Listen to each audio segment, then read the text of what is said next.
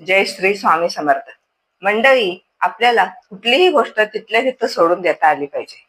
म्हणजे समजा तुम्हाला एखादा व्यक्ती मनाला लागण्यासारखा एखादा शब्द बोलून गेला, तर आपण ते तिथल्या तिथंच कधीच सोडून देत नाही.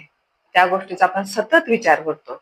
तो माणूस फक्त आपल्याला एकदाच चुकीचा शब्द बोललेला असतो, पण आपण 100 वेळा त्या गोष्टीचा विचार करून आपल्याला ती 100 वेळा ती गोष्ट ऐकवतो आपण, आणि आपलं मन अस्वस्थ करतो.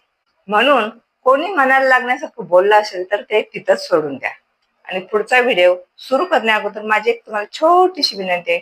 तुम्ही माझ्या चॅनलवर नवीन असाल तर प्लीज मला सबस्क्राईब करा. म्हणून कोणी मनाला लागण्यासारखं बोललं असेल तर ते तिथंच सोडून द्या. आणि तुम्ही असं समजा की त्याची विचार करण्याची पातळी तशी आहे. तुम्ही त्याची विचार करण्याची पातळी बदलू शकत नाही. विचार करण्याची पातळी बदलायची असेल तर ती स्वतःची बदला. म्हणून तुम्ही आजच ठरवा, जे तुमच्या मनामध्ये कटू शब्द, कटू प्रसंग, वाईट गोष्टी, वाईट प्रसंग जे दाबून ठेवलंय त्याला तिथंच संपवून टाका. हे मान्य आहे की अशा प्रसंगामुळे आपला आत्मसन्मान दुखावला जातो. म्हणून स्वतःला कधीही दुसऱ्यासाठी कोणत्याही आनंद प्रसंगापासून लांब ठेवू नका. कोणताही आनंद असू द्या, त्याच्यामध्ये सामील व्हा आणि क्षमाशील बना आणि रोजच्या आयुष्यात घडणाऱ्या गोष्टींना सोडून द्यायला शिका.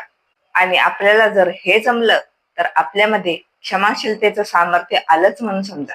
नाती निभावताना आपल्या आयुष्यात अशी बरीच लोक असतात की ते नेहमी वाकड्यात जातात. सरळ बोलणं त्यांना कधी जमतच नाही. टोमणे मारतात, कुचकं बोलतात, कारण त्याचा हेतूच असा असतो की आपलं मन दुखवायचं. काहीही करून आपलं मन दुखवलं पाहिजे. आणि असा विचार ठेवणाऱ्या व्यक्तीच्या नादाला लागून आपण आपलं मन का दुखवायचं? उलट अशा लोकांच्या नादी न लागता आपण आपलं रक्षण केलं पाहिजे. आणि त्यासाठी आपल्याला खंबीर बनलं पाहिजे. आणि ह्या सगळ्या गोष्टी बऱ्याच लोकांना जमत नाहीत. आपण घाबरट आहोत, तो व्यक्ती स्वतःला कमी समजतो, आपण त्या व्यक्तीसमोर शरण जातो असं त्याला वाटत राहतं. पण माणूस मनाने स्ट्रॉंग बनला तर स्वतःच रक्षण करायला शिकतो. सगळ्या गोष्टी योग्यरित्या सावरता येतात. मनावरचा ताण कमी होतो आणि कुठलीही गोष्ट मनाला लावून घेत नाही. त्यामुळे ज्या गोष्टी तुमच्या हातात नाही त्या गोष्टीचा त्रास होणं थांबतं. त्यामुळे आपलं मन शांत आणि आनंदी राहतं. मंडळी, आपल्या भावनांच्या सीमारेषा कुठपर्यंत आहेत हे आपल्याला समजलं पाहिजे.